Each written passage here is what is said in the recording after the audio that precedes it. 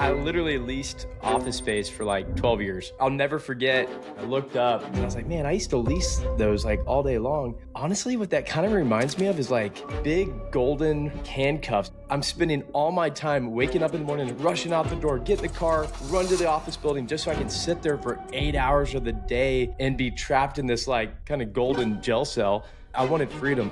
Well, if you're making $10,000 a month with a short-term rental, and then October rolls around, November, December, January, February, March, your numbers go down to $4,000, you're losing half your income. But what if you're able to midterm during that point, and you're able to make $7,000 a month? So the short and mid hybrid model allows you to still make that income that you would make from your peak season. You're doing it in 3-month increments at a time.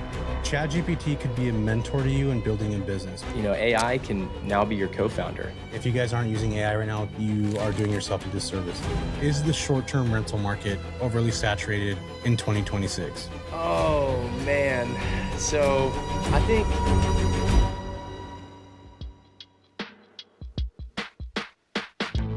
Welcome to the JV Podcast. I'm your host, Jesse Vasquez. Most people think the hard part of real estate is finding deals. It's not. The hard part is the moment you realize you've outgrown the way you've been operating, that the systems that got you here will absolutely break you at the next level.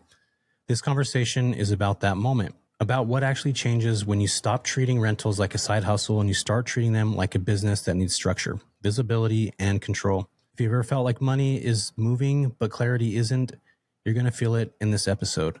Matt Sanderson and I sit down and we talk about what it's like to actually build a midterm rental and short-term rental business, why it's so important to run numbers, and what most operators in the short-term rental space are getting wrong these days, especially when it comes to amenities, and how you need to position yourself in the future to start making money on your short and midterm rental properties. So if that is any interest to you at all, I'll definitely say, please watch and listen to this next episode. And if you can do me a huge favor, go and like and subscribe to this channel.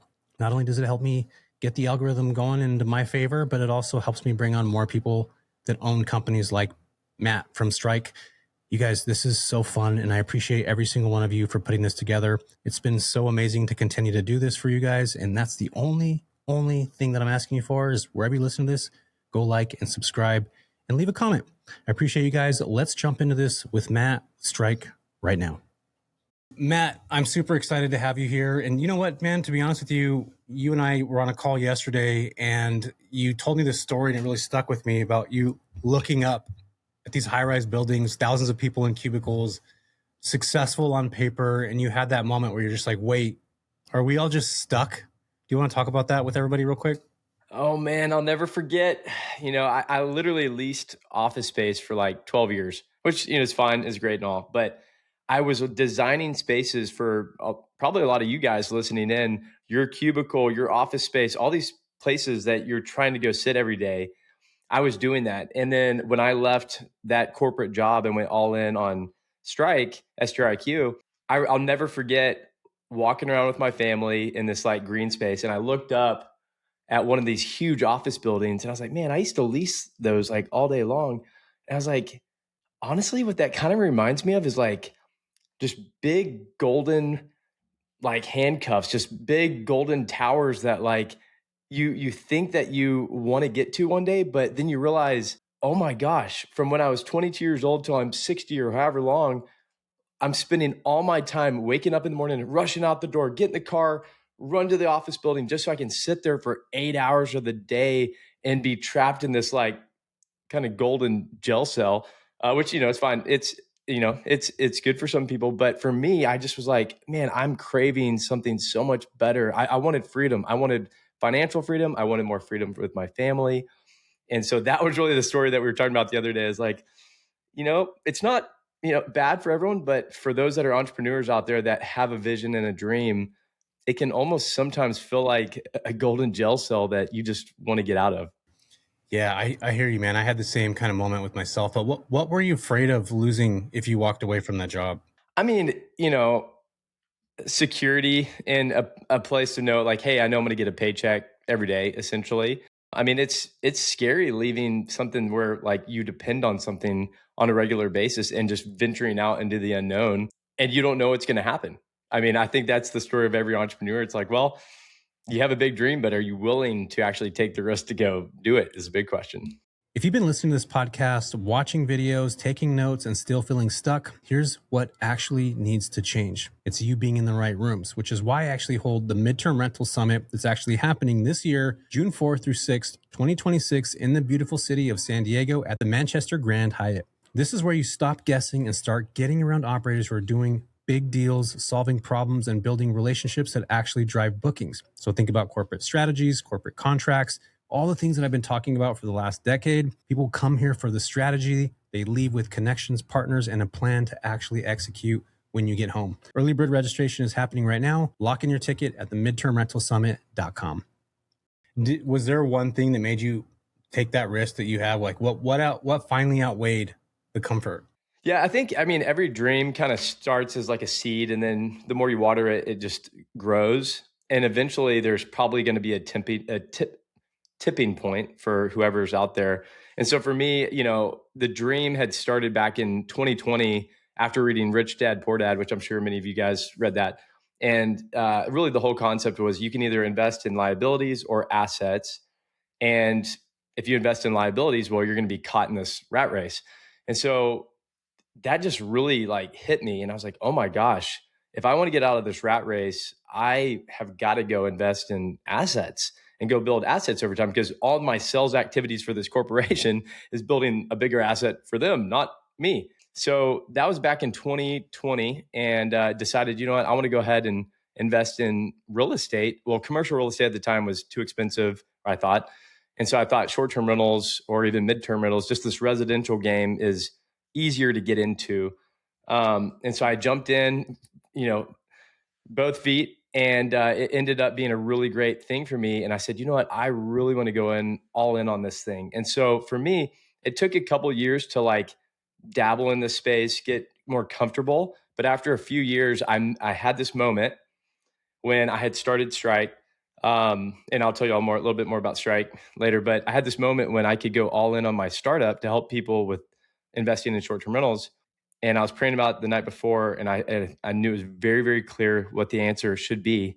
And I walked into the conference room the next day with my team, and I basically had to tell them what I was going to do. And I said, I would regret the rest of my life if I did not pursue this dream.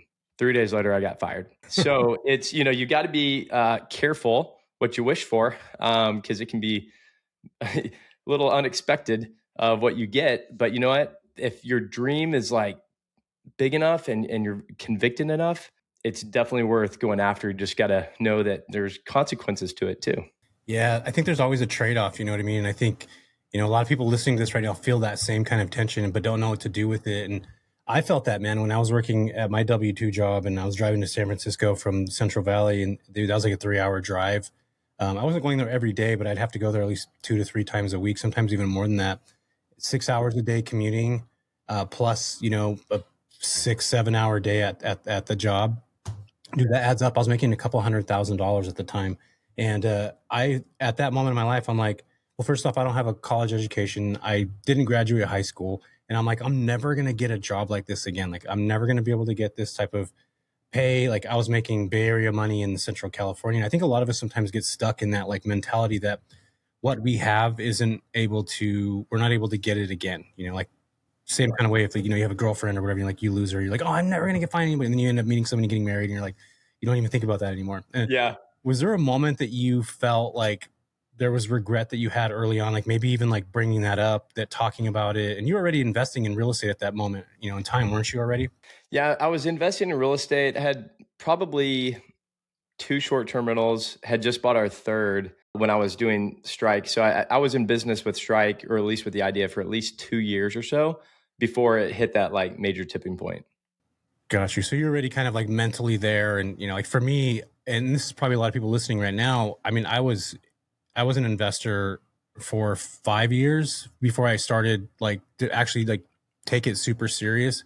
And that's when I ended up leaving my W-2 job too. It was during COVID, during the Great Resignation. Is that when you left your job too, man? Was it around that time frame? No, mine was literally like a year ago. Oh, dang. I'm in the thick of it, man. You're still in the fresh side. Okay. Still cool. Fresh, little sensitive right now. I love this, man, because this is important. And this is something that I forget. And a lot of times people forget when they leave their W-2 jobs. and I need to remind myself on this often, but how did your identity change when you went from like a successful professional to figuring it out? Oh man.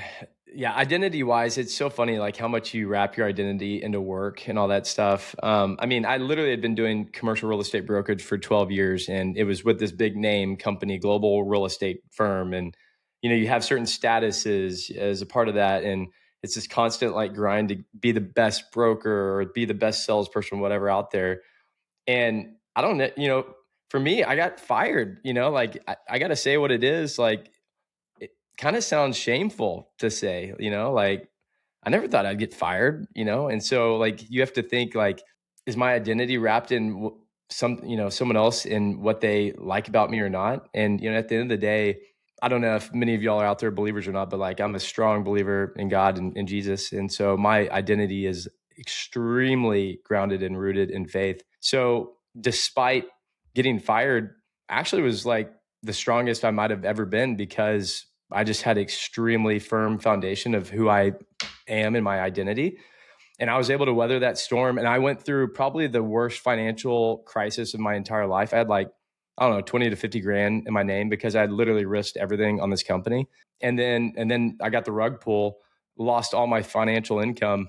And I had to go to my dad and my father-in-law and tell them about it. And they basically emergency saved me with some cash to like keep me afloat, which is amazing. You know what Yeah. family can do to like support you in a really crisis moment. And because they did that, STRIQ stayed alive. Now we've got over 1,000 customers on board. We just raised $1 million seed round, and now we are taking off and doing some really cool things. But I basically had a life raft thrown to me during the midst of it, and I think it's because like my identity was not in my work. My identity was in faith. And I had some incredible people come and surround me because I walked with humility. And they said, you know what, I'm here to help. And sometimes, those out there listening, like sometimes you can't do it on your own. Like sometimes you're going to need some help and it's okay. And later on, when you become successful, you know what, you can repay them tenfold because of what they did. And that's what I'm excited about. Is like, hopefully we take this thing off, we're able to help a lot of people, but I will never, ever forget those that surrounded themselves around me early on in this moment so that I can repay them and, love them later on. Yeah, dude, I love that, man. I have a strong feeling like that as well, like with my mom and like all the, stuff, the hardships that they had to deal with, my parents had to deal with, like, raising me and giving me opportunities and stuff like that. So I feel very much aligned with exactly what you're saying, especially with the faith and all that stuff. I think that's so important when building anything. But real quick, before we get into STRIQ, I want to ask you, what do most people misunderstand about walking away from, a quote, safe path? Like, is there something that you see most people don't understand or they don't get it? And what is that? Yeah. So do you know Cassidy Warren at all? The name sounds super familiar. So he started a podcast too, and he's been interviewing a lot of really cool people, and just really he does a lot of short term rental stuff too. But he's been leaning into like your superpower, and so he talks a lot about the magic that can happen when you go all in on yourself and you discover this like superpower about yourself. And I think that's probably the biggest thing that I've learned, in this whole process is it's amazing what you can do when you go all in on yourself. We talked about a lot about like investing in real estate, investing in short-term rentals, and like you kind of sometimes have to go all in on those things and take big risks. Well, and the same applies with yourself. I mean, you are an asset to the world in a lot of ways, and it's amazing what you can do when you believe in yourself and go all in. Just the magic that can happen from it. So just, encouragement out there that, if you're facing fears, you might not know what's going to happen 10 steps ahead, but if you go all in on yourself, you will be blown away by the steps that you can take. Yeah. What would you say would be some steps that people could start to go all in themselves right now, Matt, when they have like a W-2 job? Is that possible to go all in on yourself with a W-2 job? Yeah. So here's an example of what you could do. So like, we talk a lot about real estate. I remember back in 2020, after reading Rich Dad, Poor Dad, and thinking, man, I want to get out of this grind. And I know I need to invest in assets and not liabilities. But I was like, you know what? Like I've got the time and I've got the knowledge that I'm kind of learning. I can learn these tools out there, and figure out where these profitable deals are. But I was like, man, I still don't have the capital. And this is again in 2020 was like, I don't have like $100,000 to go buy one of these properties. But I was like, you know what? I've got the burning conviction in me to go do this dang thing. So what happened is, and again, this will kind of loop back around to how these people can believe in themselves and do it. So like back in 2020, I approached my dad and I said, Dad, this is my crazy idea. I'm going to go buy these short-term rentals. You may think I'm crazy, but this is what I'm going to do. And I went out and found a property, underwrote it all. I had it like tied up in a bow. And I was like, oh, I can buy it, but I'm like short like $10,000 to buy this thing. And I told my dad, and I was like, check this. I mean, I want to do this. He's like, hey, I'll partner up with you. I was like, really? And he's like, yeah. So I went and bought that deal. And sure enough, it turned out to be a 60% cash on cash return, crushed it. And then best of all, the coolest part of the story is my dad, I went back to him. I was like, okay, so how do you want to structure like 50-50, but whatever. And he goes, hey, you know what, Matt, like you just keep it.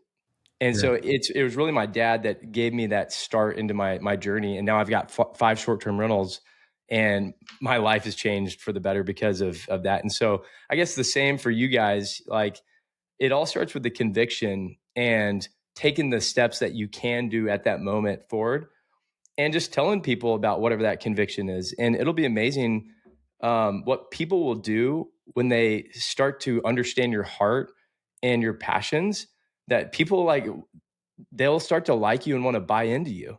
And you'll begin to find these friends or these allies that will want to see you succeed. So yeah, that's my biggest advice there. Yeah, man. I love when people are into stuff, even if it's like freaking stuff that I would consider like dorky, like I remember like there was this person that I knew that used to stack rocks and like was super excited about talking about stacking rocks. I'm like, in my mind, I was like, what a wasted time. And he's like, check this out, dude. And he like showed me this like stack of rocks that he did like on the beach. And I was like, dude, that's actually pretty freaking cool. And then he started like talking about how each rock has its own weight and how you have to find certain things and variations of it. And I'm just like, dude, that's like pretty freaking cool. Like exactly. And like, I was excited for him for being excited. And I think just being into something in general, like is infectious to people. And you're absolutely right, man. When you love or have the idea of something, you're just like, man, I love this. I want to continue to create something cool like around this. People will definitely follow that. And I think that's something that's super important as you're building, is to talk about what you're doing, which is Totally really, really important. But let's talk about STRIQ now, or STRIQ, because that's when I first heard STRIQ, I called it STRIQ. And then you're like, dude, whatever you want to call it, man. I know. Both. We actually were talking about this yesterday when I was talking about my software that we're creating and that Ashley and I are putting together, and the idea and the name and all that stuff. And I think, having a name is such an important piece of the puzzle, but it's not a be all end all. And I think for you, what made you have this idea to put STRIQ together? And let's talk about this inception of like what this idea was, how it came to fruition. Because everybody out there, I believe has, once you get into something like short-term rentals, you'll start to find loopholes of like, man, I wish this was better. I wish there was an opportunity for this type of software to be out there. That's what happened to me. I think as you get deeper into it, depending on the type of person you are, you might say like, I could create this, and you have software experience and stuff like that. But talk about this, man. Talk about where that came from, the idea, where it was, so that people get a good understanding of that. Absolutely. Yeah. So, I mean, again, back in 2020, when I had the vision of wanting to get in these short-term rentals, I did the typical flow of going to Zillow, then going to AirDNA, then spreadsheets, and then running those numbers and finding a negative 15% cash on cash. And you're like, dadgummit.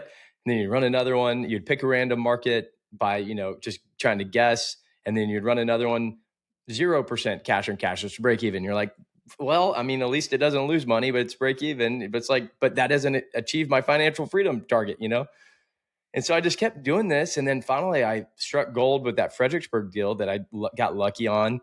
Thankfully, interest rates were like 2.7%. So it was kind of easy to make money back then. But then, fast forward, I did a cash out refi with what the market did, pulled out 150 grand of kind of, I say free money, but quote unquote free money that I was able to pull out and buy my seaside condo on.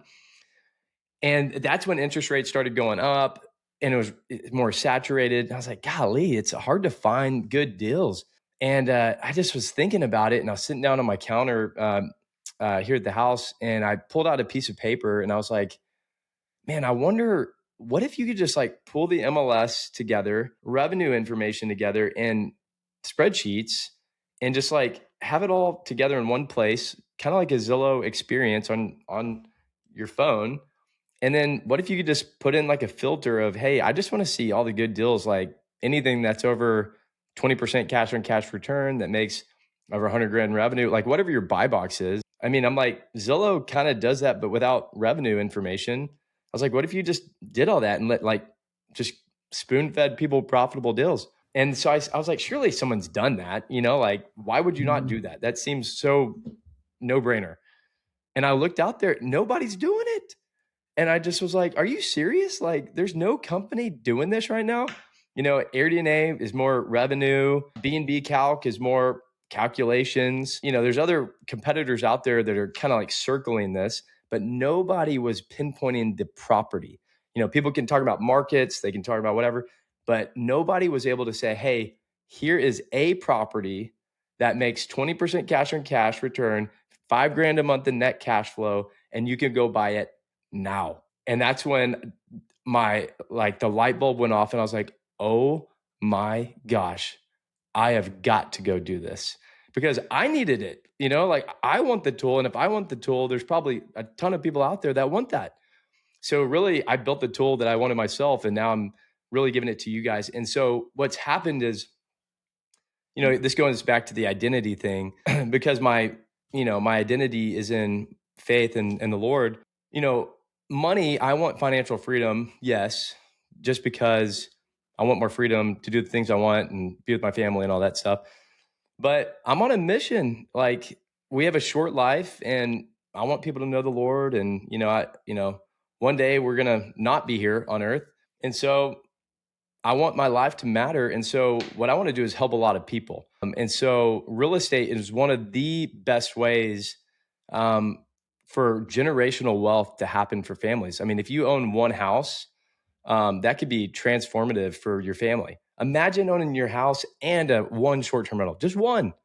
It could be a game changer. And so the mission of STRIQ is really to make short-term rental investing more accessible to everyone and to essentially democratize real estate investing for just the everyday person. So that's what we're trying to do is take these institutional tools and data and AI and just give it into the hands of the everyday person. Yeah, I love that, man. I think that, the mission that you end up finding for yourself, if it doesn't serve other people, the likelihood of it being able to be, come to fruition and actually do the thing it needs to do, it's crazy. I know when I first started my business, I was super focused on money. Like I was just like, I want money, I want this, I want that. And then you like later over time realize like money's cool and everything, but also like the impact that you bring to other people, like that's actually worth more to me than the financial stuff. Like I get more, I had to learn that lesson though, man. I had to learn like, making money and being like, you think that this is my perspective and this is like how I've learned this, but I thought that once you made like $1 million, like you're just like, dude, everything's perfect. Like everything's going to be best. You're not going to have any problems anymore. Everything's going to go away. But like, that wasn't the case at all. In fact, it is like the opposite of that. And I think it's a lesson that a lot of people need to learn. Cause like I grew up thinking that, you make all this cash, like that's freaking awesome. Like you're not going to need anything anymore, but you still have the same problems you did before. And everything I think is just magnified. If you're a giver, you're going to give more. If you are stingy with stuff, you're going to be stingier with stuff. So I think there's just, it's like a magnifier in a lot of ways. But what's cool about what you just said right now is that the discomfort that you had eventually turns into the thing that you're actually building for. Like it's like something actually real. And that problem that you were obsessing over became the, space that you're building on. And I think that's really freaking awesome when you're doing that. If you want to run your property management business like a pro, have better systems, I actually switched to hospitable.com because I needed smoother automations, real control over messaging, and they use AI to formulate notes to all your potential clients and people that you're talking through Airbnb or even VRBO. And that's one of my favorite things. It's reducing the time that my team spends on answering simple questions, just like, where's your remote control? Where can you put this at? How do I take out the trash? Those things can all be automated with the beautiful thing called AI. If you want to use Hospitable, I urge you to do so. Head over to hospitable.com/Jesse. New customers get 25% off for the first 3 months. Trust me, it's worth it. Did you have any early versions of this that didn't work? Like when you were putting this together, was there like stuff that you're like, man, this isn't working? Yeah, no, and this might even be a fun topic for the tech you're building too. I think, when you first build something, first of all, you're thinking like, oh, this is my idea. I don't want anyone to steal it. So that's like the number one thing you think about is like, oh crap, I want to tell people, but I don't because I don't want anyone else to do it. likelihood of someone actually doing it is very small. So what I've learned is start sharing your ideas with people because that helps validate things. But yes, we had an initial MVP of the product. I wrote down an idea on a napkin, and then I got with my co-founder and I said, "Hey, here's an idea. I don't know how to build tech. Do you think we can do this?" He's like, "Yeah, absolutely." And I was like, "Really?" And so we got with a developer out of South America. His name's Pablo, and he built our first MVP of STRIQ. And it was really cool. I mean, it worked. It had a calculator. It showed these properties, showed kind of high level information, but it was like one market, like Houston, Texas. We didn't have all these different MLSs everywhere. And that's where we were getting feedback from people like, "Hey, what do you think?" I was showing my, friends, family, my dad, everyone, just trying to get validation. People were like, "That's kind of cool." And so that was kind of the first product. And that's when you build tech, like they call it an MVP. You want to Yeah. build a minimal viable product so that you can get feedback and know if it's a dumb idea or not. Yeah. And that's just like the stripped down version. So everybody gets this, a stripped down version of the thing that you want to do, and you give it to other people to try to see where there's holes and you can start to fix it, right, Matt? That's how you're kind of like reiterating the idea and the concept and all that stuff. Right. And if other entrepreneurs and founders, like, the thing is, the idea you have in your brain, it's probably not going to be exactly that idea long term. And it's because the market will tell you what the market wants. So you'll have your initial idea to test the market, but it's extremely important to build what the market wants, not just necessarily like what Matt wants. Yeah. Yeah. And that's important to understand the two differences. And what I love about your story too, Matt, and we're going to keep going into this, is that you don't come from a tech background, right? You don't. Yeah. And you're like, I think that I've always thought that too, as I'm building the software up. My original thought process was like, man, I'm not in tech. Like, how am I going to do this? I'm not a tech guy. But the reality is, like, you have to have an idea for the person to build the thing, and you get to connect with them on what that looks like and what your idea is. And I think that's where it becomes super awesome, where you get to work collaboratively with other people that are building the thing. And that's where you have that visionary kind of mentality. And you absolutely have this, where you see it, you understand it, you see the pain point, you saw the loophole in the STR space that nobody was doing it, and you're adapting onto that. But I also get what you said earlier about, the scarcity mindset, where it's like, I have this idea, somebody's going to take it. I'm not going to be able to do this. I had that mentality for a long time, dude. When I was doing midterm stuff, that I thought that everybody was going to take my idea if I talked about it. It held me back for a long time until I realized, like, not everybody's going to do this. In fact, one of my things now is if I'm creating a YouTube video or something and I feel like I'm giving too much information, that means I'm leaning into the right thing. Like, that's the right thing to be doing. If it's like, oh, I'm worried that somebody's going to take this, give it, because not everybody's going to do it. You said that perfectly. Like, it's so 100%. hard to build something, man. It really, really is so hard to build something. Well, and not only that, it's like it could be the coolest product in the world, but if you don't know how to tell people about it, like it doesn't matter. People won't even know what it is. And so, as a founder or a business owner, you've got to be incredible at all these different skill sets until you start hiring for them. And you've got to build an incredible product or service, and you've got to be really, really good at marketing and sales.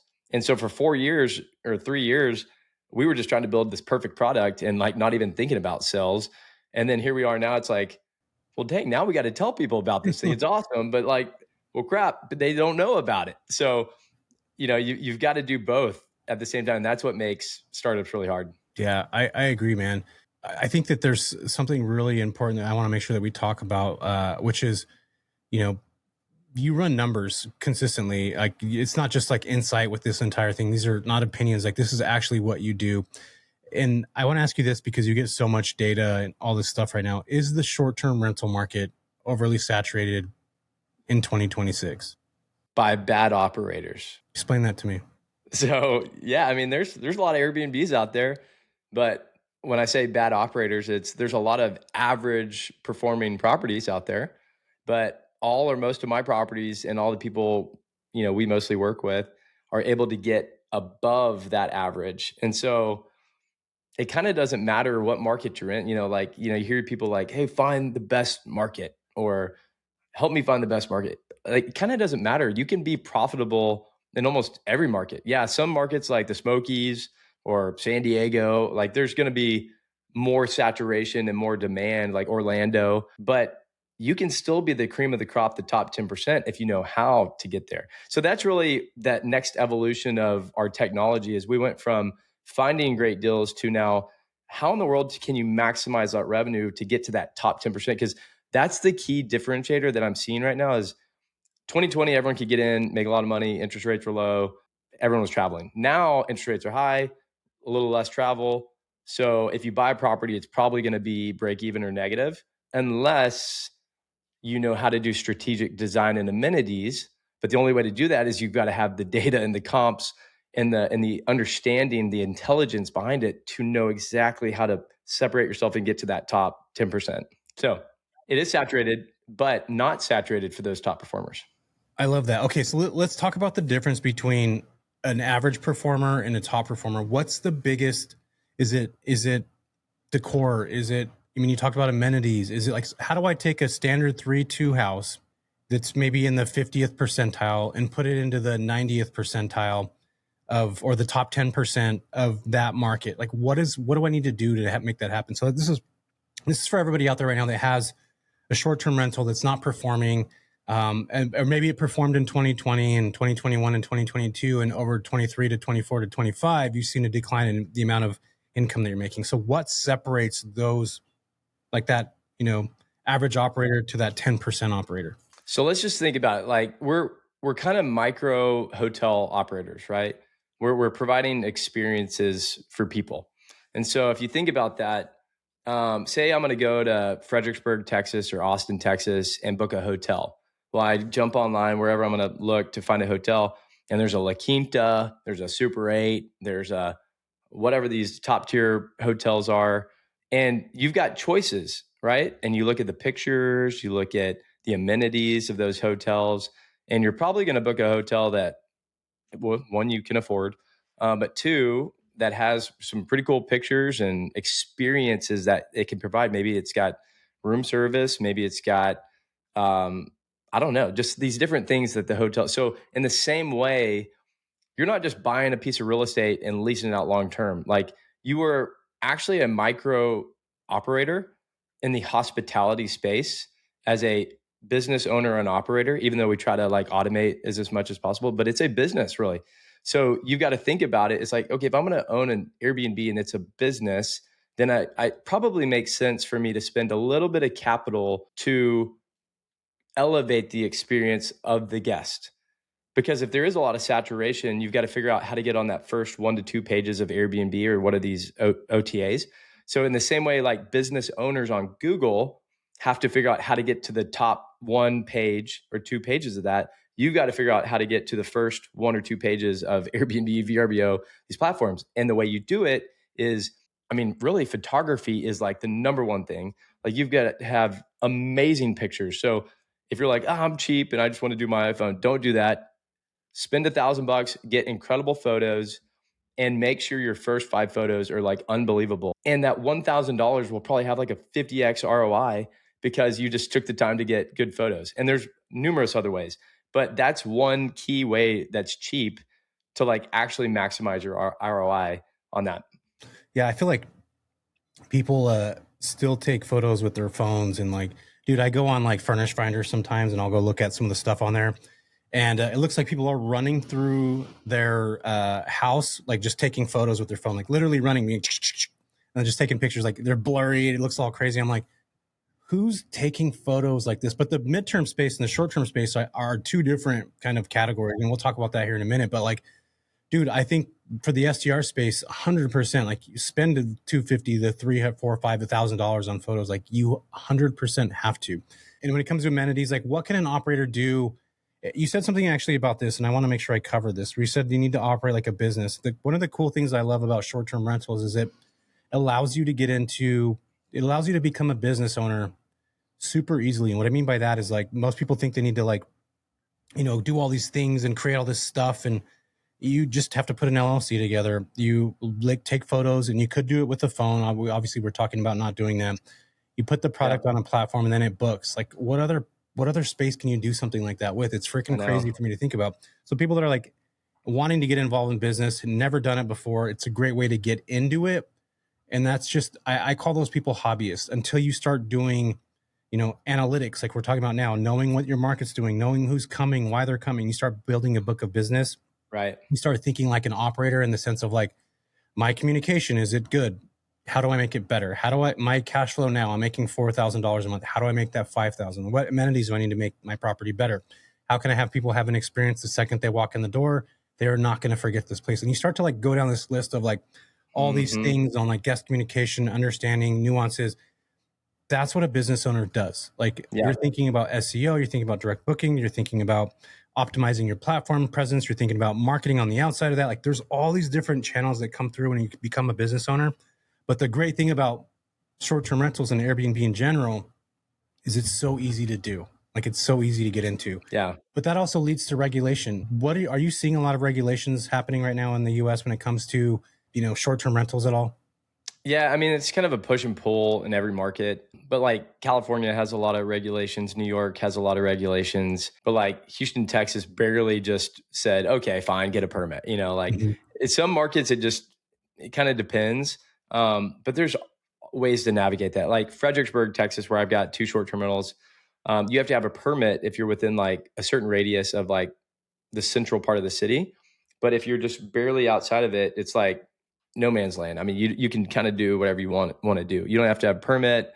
You don't have to have inspections. And so I'm buying a 6-acre, 7-bedroom mega property out there, like on a river, and it's literally just like right outside of city limits, and I'm gonna still crush it compared to those people that are like walking distance to Maine. So there's ways to navigate it. I mean, regulation will it's kind of a good and bad thing. Like the more regulation, we probably need some good regulation so that it's just not the Wild West, but it will have some negative consequences, but I wouldn't let it scare anyone. Yeah, for sure. I mean, I'll tell you guys now, like I have a short-term rental, or I had a short-term rental in a beach community in Santa Cruz area.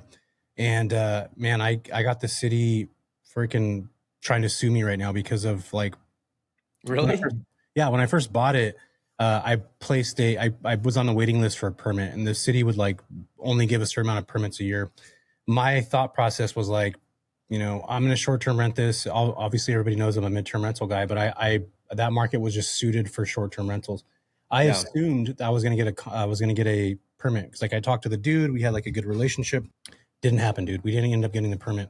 In fact, they asked us to delist. We would delist, and I was using a service at that time. It was called IGMS, and it automatically turned my property back on, like on its own. And I would get bills every time that property would go back on the market, $1,000, like literally $1,000 just from it being listed on Airbnb without No anybody way. booking or anything like that.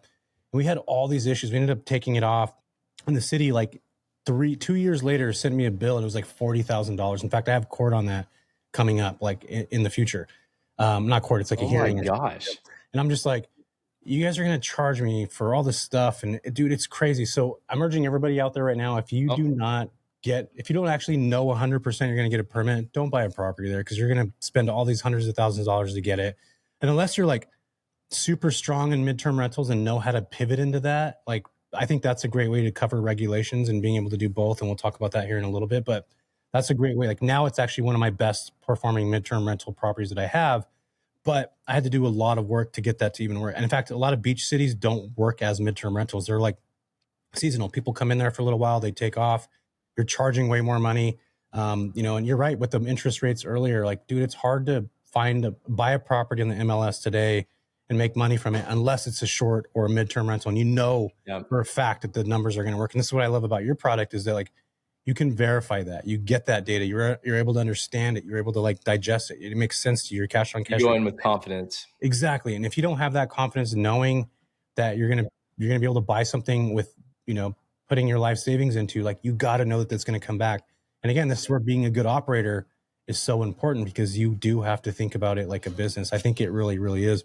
If you're building your midterm rental business and you're stuck at the moment, there's something actually out there for you. And it's actually called AirVenture Academy. I've been able to help some of the most successful people in the midterm rental space grow corporate housing contracts, build without actually owning any property, all by being in one specific place. It's AirVenture Academy. This is a place where so many people are learning how to build an actual business in the midterm rental space by having pitch decks, templates, all the things that you need to get to the next level. So if you're stuck or if you're dealing with regulations, I urge you to join our program.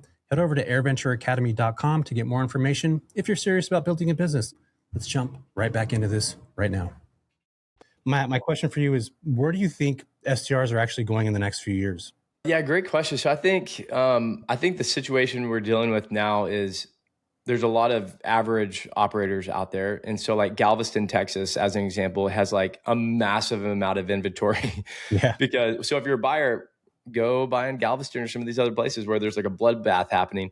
So what's happening is there's a lot of people getting out of it because it was a bubble, and people are freaking out because they just bought a property and they didn't do anything to it and they expected good returns and now they're losing money. And so all the people that are not serious operators are kind of ejecting because they just don't have the time for it or just aren't willing to invest in it. So there's a huge opportunity for people to get in now. I think it's the one of the best buyers markets I've seen in a long time. So I think short-term rentals aren't going away. They're only going to increase. Again, I leased office space for 12 years. Well, what's happening with office space after COVID? Well, here I am in my home office. Jesse, are you in your home podcast Yep. studio? Yeah. Many of you out there, you're probably listening from your home office or walking your dog around the park at lunch. It's what's happening is work is becoming more flexible and hybrid. So, and this is why I went all in on short-term rentals is because I leased office space for a living. There's massive vacancies in all these office buildings. Basically, it's like 50% vacancy in almost every office building. Even if it says higher vacancies, you go into the office and like nobody's there. Where are they? They're working remote or they're going to short-term rentals to hang out and then go work. So work is becoming flexible. I am doubling and tripling down on short-term rentals and mid-term rentals. Why? Because work is now flexible. And what do people desire and what do they want? They want more freedom to go do the things they want with their family and still work at the same time. You don't have to be strapped to your desk anymore.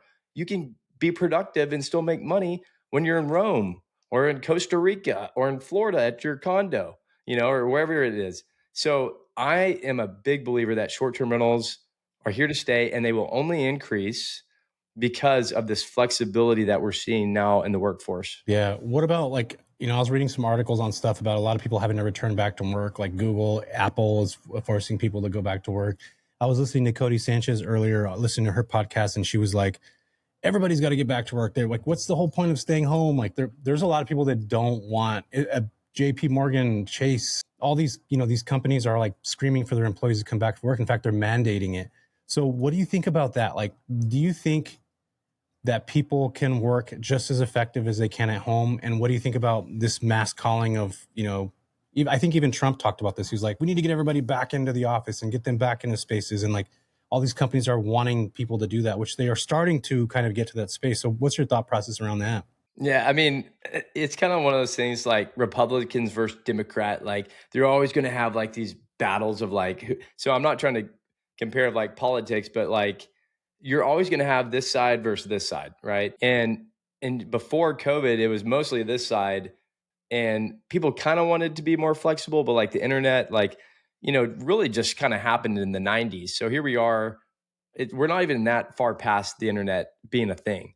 So we're still early on this like bell curve of like people getting more exposure. So like think about all these people that are leaders of these companies. Well, they're probably 40 years old or above. Well, all those people, they were before really the internet.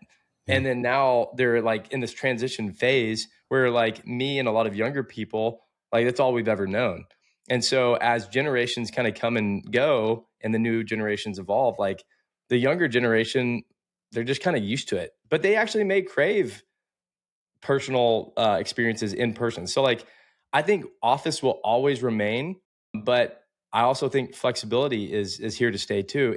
And so like Amazon and Chase and all these people, honestly, I think what's going on is they're mandating people back so that they can give them an excuse to get fired. Because Yeah. I think budgets are tight for a lot of these Yeah. companies. And so it's an excuse to basically let someone go and have better expenses cut. So if you're not willing to come back to work, see you later, Yeah. and it's an easy way for them to like fire people. Yeah. One of the things that, a lot of people are hurting from COVID, restaurants, businesses. A lot of people lost their lives and stuff. I actually worked with a dude. That's why I left my W-2 job. It's because I worked with a dude. I was in sales in a hospital, and we used to have these meetings, Matt, where it was like, dude, I'm in a room right now. It's like 20 by 20. We would have like 25 people in a room that's literally this size, and then a little tiny round table. And this guy named Genesis that I work with, who was like 43, 44 at the time, died of COVID. I Oh remember man. sitting there like at a meeting with everybody's wearing masks and stuff and all that crap. And I'm just like, dude, what are we doing here? Like, this is early on when I didn't know anything about COVID. Like, I was like freaked out about it because I mean, I knew a dude that died. And I was Mm-hmm. like, what am I doing here? Like, what's the whole point of this? I need to get out of here. I need to, like, this boss doesn't care about employees. Like, literally, a dude just died on his watch. And it was because there was a person that was sick in the room and he got it from that person that was sick and then died from it. And Mm. I was just like, I didn't know earlier. And I was like, dude, I need to get out of here. This is crazy. These bosses don't care about anybody. They just want to continue to make profit on this stuff.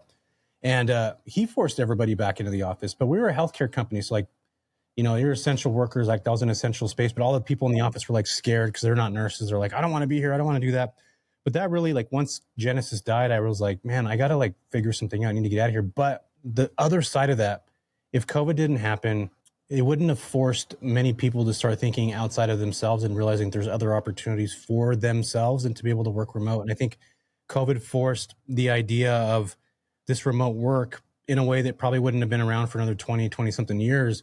It forced it to happen because people needed to work, people needed to still make income and still need to do things. And I think that was one of the positive things that came out of it, and also made people think more like entrepreneurs. And what I mean by that is, like, dude, how many people created Instagram accounts, started talking about being fired, and then started putting things together and like started creating all these stuff. And I think that kind of like opened up the doors for so many new entrepreneurs who are building really amazing things. In fact, if you look at the last 5 years of just growth, there's so many people now that left W-2 jobs that are now creating stuff just like you with STRIQ. Like, they're building these businesses, and it happened at that time frame. So it's kind of cool to watch people and watch the way the world's been operating. And I do think they're like with a lot of people are being forced back to work to get rid of them. But I also think in the future, like the next 3 to 5 years, there's going to be, this is my opinion, there's going to be less remote jobs, but there's going to be a skill set of people, especially with AI now, that are able to take these like contracted jobs and to be able to take those and work like wherever they want to work. And there's going to be this kind of like a hybrid of these entrepreneurs that are like using AI and leveraging it to go live anywhere and create their own spaces. And I think there's going to be a lot of companies like JP Morgan and Chase and Wells Fargo and all these big companies are going to force people into the office. There's still this subset of people that are going to be able to build these really amazing things or just contract with other people. And I think that's what the future is, dude. It's going to be a lot of contract workers that are just like creating all this stuff that are able to live this way, because I do think that a lot of those big companies want people back in the office. I do think creative skills are better when you guys are together. Like, it's just different, Yeah. I do think that, but I also like love remote work. And if I ever had the chance, I'll probably want everybody to come into the office. If I ever do have like an office in house, like I would want my team to be there.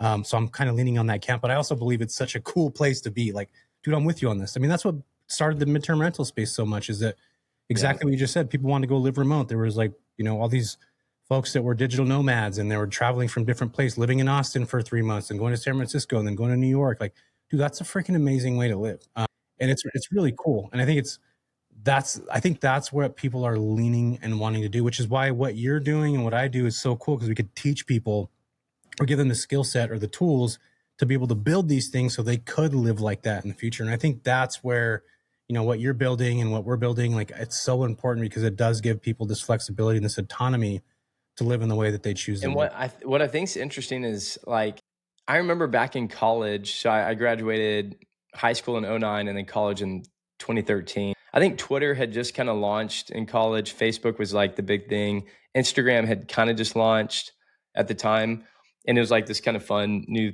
thing, right? But now look, like, Instagram's massive. All these social platforms are massive. And what I've learned now is that, the media has been totally disrupted by social media, just totally disrupted by it. And what's happened is it's democratized media, essentially. So it used to be the rich people, companies, corporations that had a voice because they could pay. Well, now social media, you don't have to have a lot of money. You just have to have a voice. And then your conviction or your vision can get out there if you're consistent with it and believe in it enough, right? And so that's probably how you became big. You had a conviction and a voice and media, right? And you had something to share with people, and people liked it and joined in on it. And same with me. I have a voice, and now it's kind of resonating with people, and here we go. So same with anyone else. Like, we have an opportunity now that's never been available ever until like the past like 10 years. And now if you have a voice and a vision, you can actually do it. And you don't have to work for the corporation or whatever. I mean, that's not a bad thing. But if you have a side hustle and you want to make it your main hustle, now you have an opportunity that's never been given to anyone ever until the last 10 years, which is really cool. Yeah, and I think even now with the population or the popularity of AI, like, dude, that alone is Oh, I giving know. people an edge, like, tremendously. And I think that, being able It's to have, disrupting everything. yeah, for sure, dude, to be able to have and I'm going to say this in a way, and hopefully people don't. I've said this as somebody out loud, and they were annoyed by me. Like, ChatGPT could be a mentor to you in building a business because it's able to, grab all these ideas, and you could literally say, "Hey, Tim Ferriss's 4-hour work week. Here's what I do now. How would I position myself to do that? What are the next 10 steps I need to do over the next 3 months in order for me to start to, like," you'll start to literally get guidance from like an expert in coaching. And again, I don't trust everything with AI. I think a lot of it needs to be, you have to double check stuff sometimes, because I've had like instances where it doesn't happen. But being able to have for $20 a month some type of support, when otherwise, dude, we would have never been able to do the things we do. And the quickness Yeah. of it is like insane, dude. So I think, I can't remember if I told you this or not, but so I was on the phone with the founder of Zillow, or one of the co-founders of Zillow, a week or two ago. And I was telling about my story, and I previously had a couple of co-founders with me that are no longer with STRIQ, but I still love them to death, and we still stay in communication. And I was telling him about kind of the whole story, and us doing the $1 million seed round. And he goes, "Matt, hey, I'm sorry to hear about your situation, losing your co-founders, but hey," he's like, "sounds kind of crazy, but AI can now be your co-founder." And I was like, you know what? Like, I've been really taking transcripts. I've all these calls I'm having with customers, meetings I'm having. I've got my AI note taker. I take all that transcripts and I put it in my STRIQ project in Claude, and I throw it all in there, and I say, "Hey, remember this," and give me insights. And it's learning from all these calls that I'm having, and it's giving me like some incredible insights on how to build the most incredible business model for STRIQ. So you're right, man. AI, I mean, you got to be careful because sometimes you can get in these like Yeah. AI like vacuums, Yeah. but it AI can essentially be your co-founder, your mentor in building whatever business. Yeah, I agree to that. I also think there's going to be some negative stuff to AI. I think everybody's going to use it so much that they're going to forget how to be creative in a lot of ways. Like, Yeah. I feel like I do that, dude, where I'm like, I'll use 70% framework of AI, add 30% of my own. Like, even if it's like a copy for something or like a newsletter I'm putting out, like, I'll write it, have AI go through it, and then I'll reiterate to my voice 30% of what's being put together. And I think that too many people are using 100% of AI, especially with copy and stuff like that. And they're like, that's the voice. And you can totally tell, dude, like, when people are using AI, like the little dash that goes in there, I freaking hate that dash. And I've asked it not to do it, and it still does it, which is weird because, I mean, it's the most simple thing. Like, just, hey, don't use that dash anymore. But it still puts it in there. But I do think that, it is amazing in so many ways. In fact, like, if you guys aren't using AI right now, you are doing yourself a disservice. Like, imagine being around in 93 when freaking the internet was like starting to come out, and AOL dial up and all other stuff. Like, this is the same in a different way. And I think it's actually more powerful now than it was even in the 90s. And I lived through that. Like, I was part of that. I had AOL as a kid, in sixth grade, like one of the first people that I knew besides my friend Eric that had a computer. And dude, it was freaking awesome. Like, and I learned so much at that point. And I think everybody now should be using AI.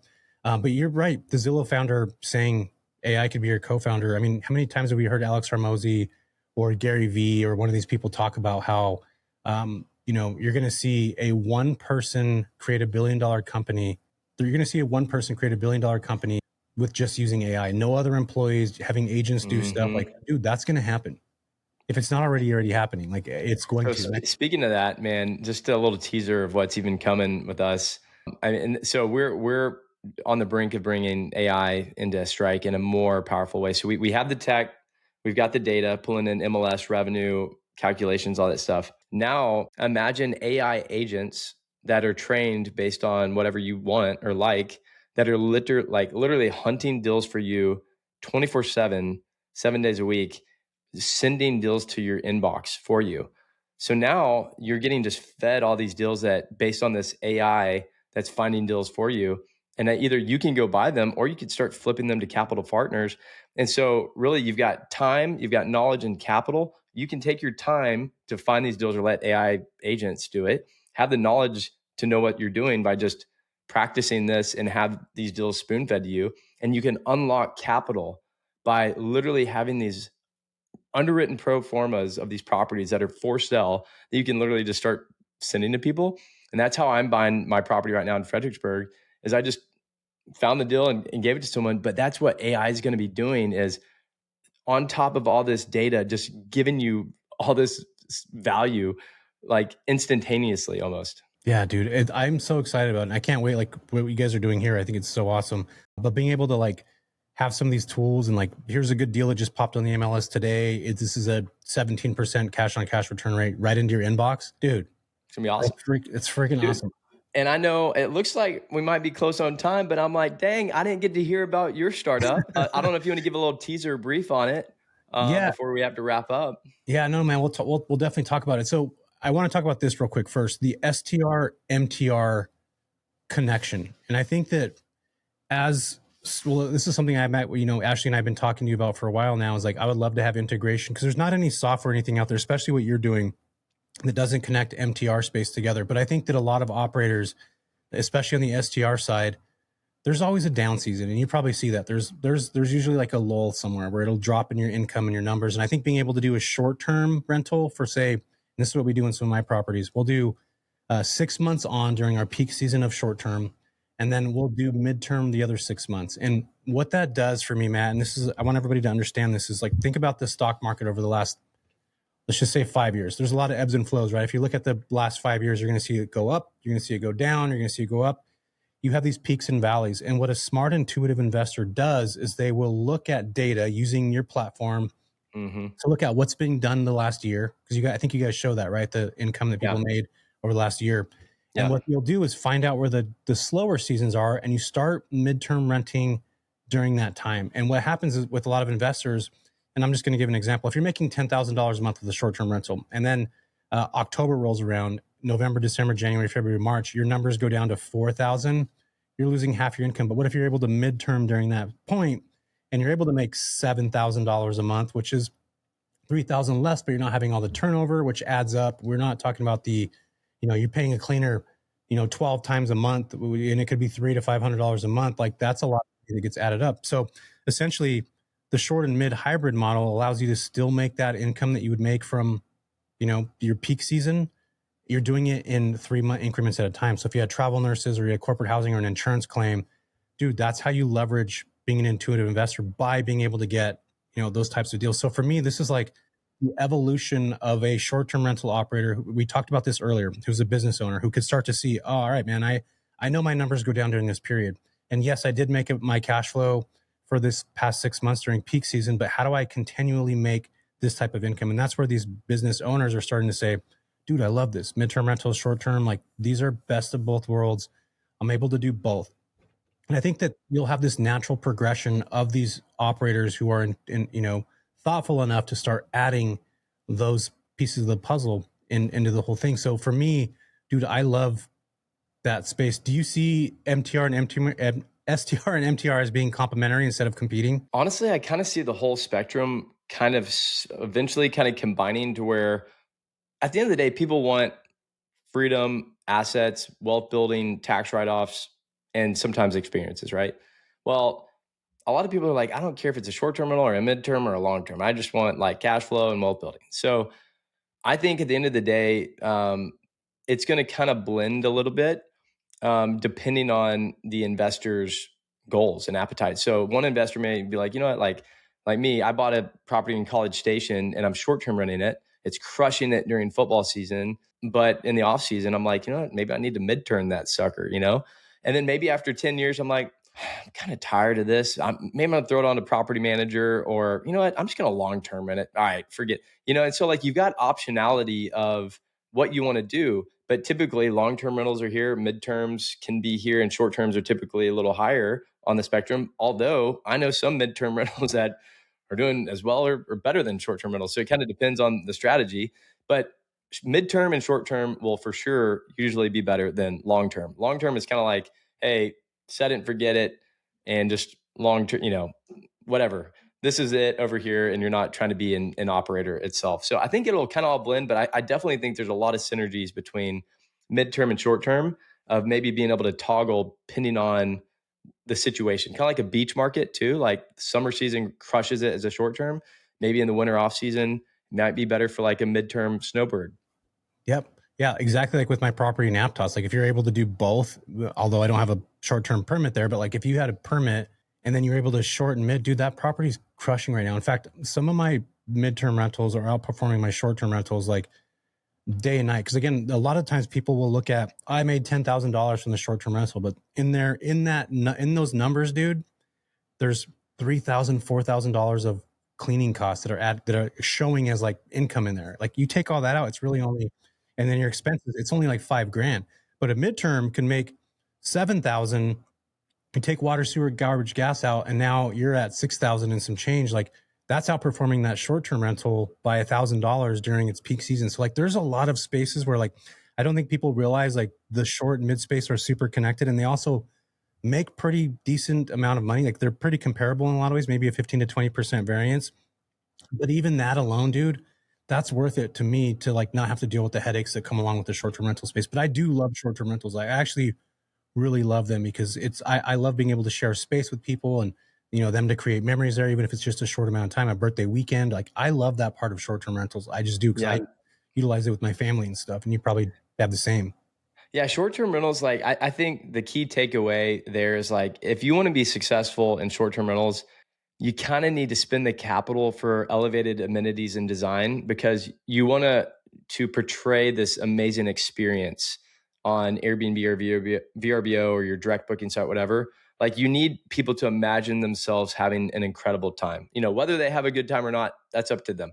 But on the booking site, they have to imagine themselves having this unbelievable time by the fire pit or by the golf simulator or with the string lights with the fire pit. So that's the critical thing to be thinking about for short-term rentals, which oftentimes takes capital to get there. Otherwise, you're going to be average. Now, midterm, I don't know. Like you guys know midterm better than I do, but it seems to me you do want to provide a good experience. But if it's a traveling nurse for 30, 60 days, you might not have to have a golf simulator. Like you could just have a You don't have great to have place by a yeah. hospital that is a great place to stay for 30 days.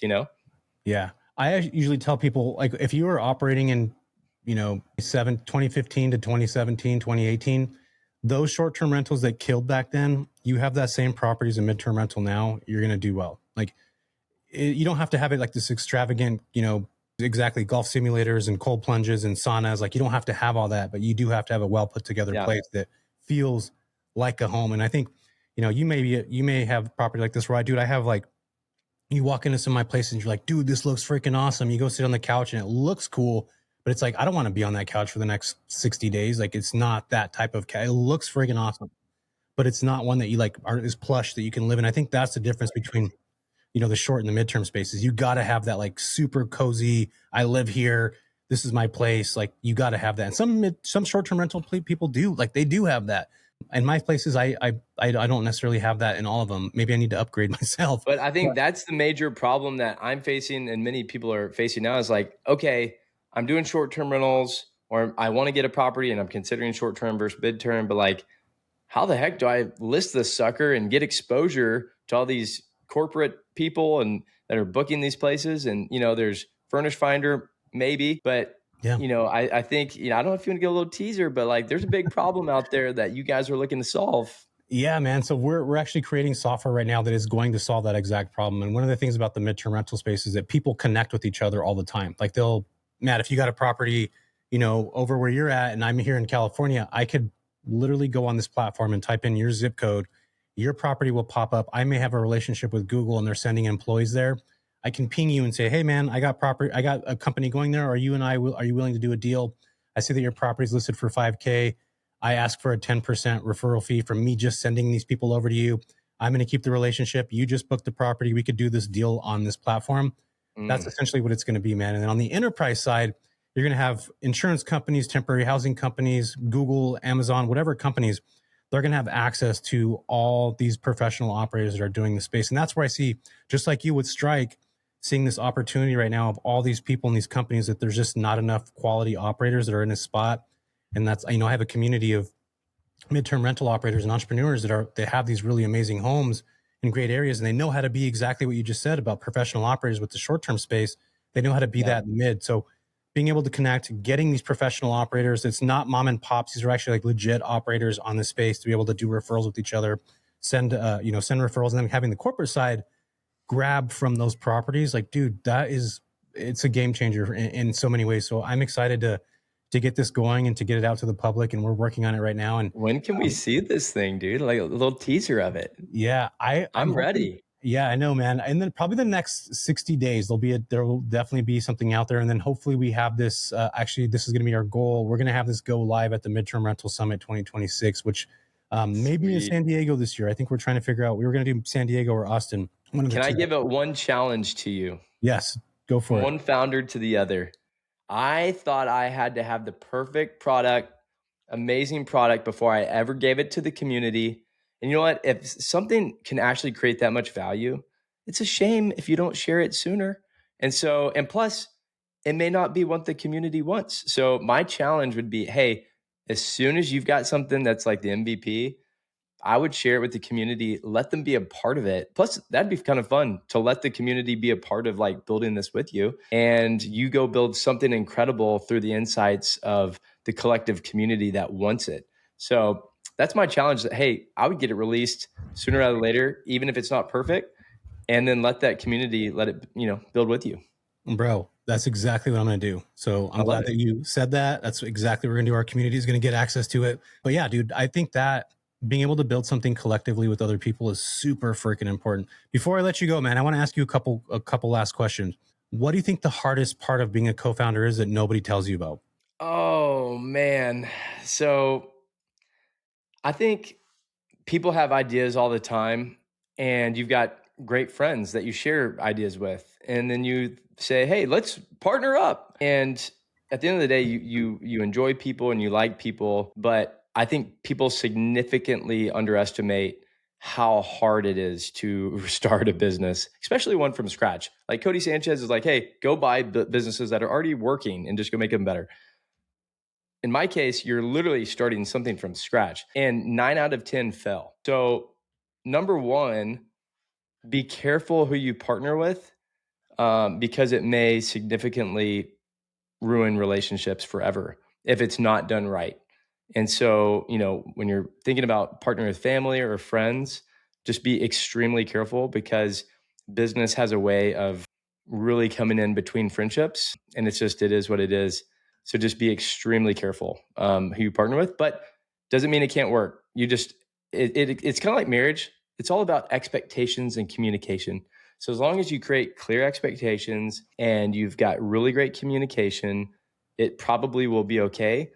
But the problem about startups is you don't know what the heck you're doing. You're just kind of going as you go. So how do you create expectations when you don't even know what you're building in the first place? So it's just walk it very slowly and get a lot of great advice as you go, and be careful not to do like major commitments too early, because you may regret it. And I've made a lot of decisions that I regret, and thankfully we're still standing. Just walk it delicately and humbly, and get a lot of wisdom and advice from people that have, gone before you. Yeah, I agree to that, man. I think that's super important. You're right, dude. Building a business is hard. And even building a business that's already operating where you're putting your own spin on it is hard. It's so much easier to just go to a W-2 job, clock in and clock out. And I think a lot of times Instagram, like social media, has created this like entrepreneurship is this like sexy, awesome, amazing thing. Yeah. You're going to be working, dude, I'm working 10 times harder than I ever worked at a W-2 job, period. I Man. know. Like, And no. And is you that think for it's going to everybody? be better, and you're like, oh man, it's way harder, but it's fun. It's like you're doing your passion though.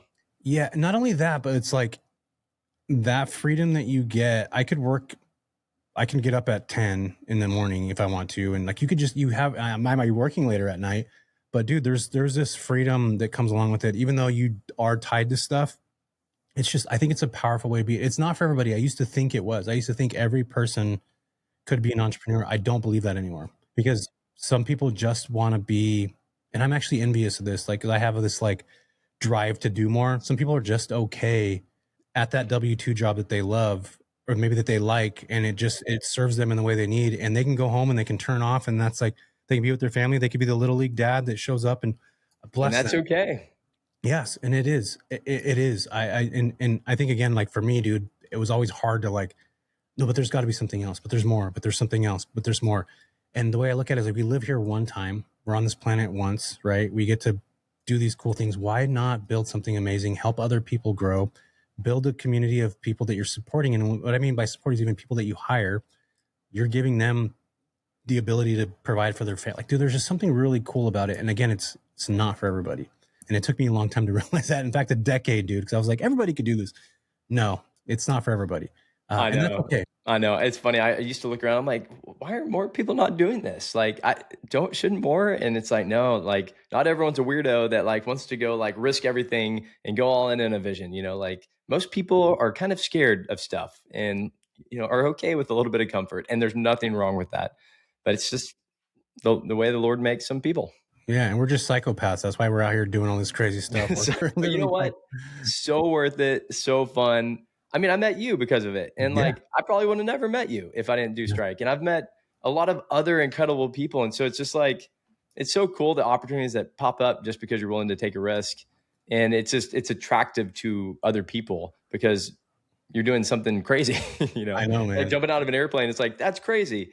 And it's a fun story. It's like, well, starting a business, that's crazy, but it's engaging. I totally agree, man. Last question I have for you is this. If someone is feeling stuck in their own golden handcuffs, what advice would you give them, or what would you tell them right now? Ooh, stuck in the golden handcuffs like I was. When I was stuck in the golden handcuffs, every day I was seeking out new reading, new podcasts, new materials. I wish I would have known you were around back then. I would have listened to your stuff, but I read Rich Dad Poor Dad. Actually, I went to a Rich Dad Poor Dad workshop, found a mentor who started teaching me and gave me like my first real estate calculation spreadsheet to like mess around with. And so every single day, I just started taking action with what the best tools I could find or information I could find to educate myself, reading tons of books and meeting lots of people. So I would say, like, if you are feeling stuck, you're not going to get unstuck immediately. It may take 5 years to get unstuck, it may take a long time, but you should not stay stuck by the fear, and literally just start taking one little action at a time. It's like going to the gym, like you want to get fit and like lose 20 pounds or whatever. It's like, you're not going to lose 20 pounds like the next day. It's going to take probably 12 weeks or like 18 weeks or whatever. And all you have to do is just take one step at a time and just show up every day. And so that's my encouragement, is like just one step at a time. You're not going to figure it out. I'm still figuring it out. You are too. But you'll look back 5 years and you'll say, holy cow, like look at the progress we've made. And you'll be so thankful you did it. I love that, dude. Matt, where can folks go find you, learn more about STRIQ if they want to run numbers on their short-term rentals, if they want to make sure that they're buying or investing in the right properties and they want to make sure their cash on cash return rate's good? Like, you got to make sure you're doing that. You have to make sure you're doing it. Matt, where do people go to learn, understand, buy this product so that they can have properties that are going to perform? Yeah, you can check us out at striq.com on our pricing page. And it's currently a 30-day free trial. We may be swapping that to like a 14 or a 7-day free trial, because you're getting all the value in like one day because we spoon feed you property. So literally like the first day, you're going to find great deals that you can go buy. So we've got a free trial you can check out. We also have a free community to where we just teach people about the technology we're building, because we realize it's a new tech. People are still kind of learning it. And so we're doing trainings on the technology every day. We're calling that the STRIQ Squad. It's just kind of a fun little place. So if you subscribe to the tech and become a member with us, you will also be able to join that community and to help accelerate that journey. So would love for you to connect. Love that, man. What about Instagram or any handles, anything like that? People can check it out. Matt Sanderson TX. Is my Instagram. And then my email, if you want to reach out one-on-one, is matt.sanderson@striq.com. There it is, folks. Matt has said it all, from working the W-2 job to leaving that to talking to the Zillow founder, which we didn't even get into a bunch of detail on. Talking to you. I know, man. Talking to me, like freaking all the things. And here you are, dude, you did raise $1 million recently, and that's freaking awesome, man. I love watching entrepreneurs build. Dude, this is awesome to watch you continue to build. I would love to work with you furthermore in the future. Matt, thanks so much for being here, man. Hey, thanks for having me on, man. See you, Jesse. See ya.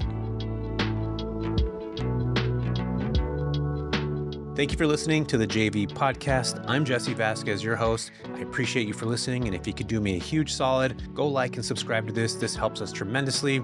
And as always, thank you so much for listening and have a wonderful rest of your day.